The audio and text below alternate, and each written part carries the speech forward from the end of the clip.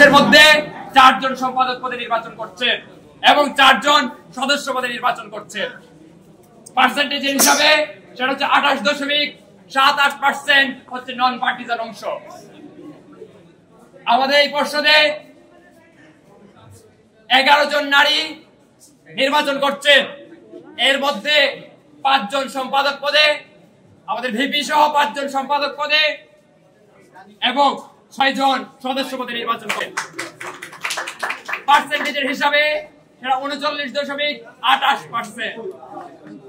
আমরা বলতে চাই এই যে নারীর ব্যাপক উপস্থিতি সেটা কোনো টোকেনিজম নয়।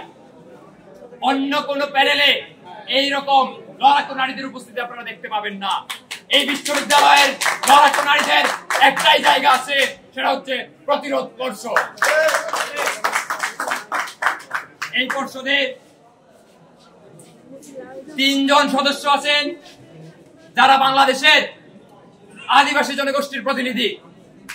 এই দেশের বাঙালি ভিন্ন ভিন্ন জাতিসত্তার মানুষজনের প্রতিনিধি তারা। প্যানেলের হিসাবে সেটা 10.71%। আমাদের এই প্যানেলে একজন লড়াকু সদস্য আছেন যিনি তার শারীরিক প্রতিবন্ধকতাকে অতিক্রম করে ঢাকা বিশ্ববিদ্যালয়ে লড়াই সংগ্রামে যুক্ত ছিলেন।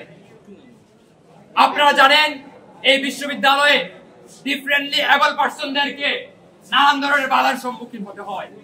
আমাদের এই পর্ষদে, প্রতিরোধ পর্ষদে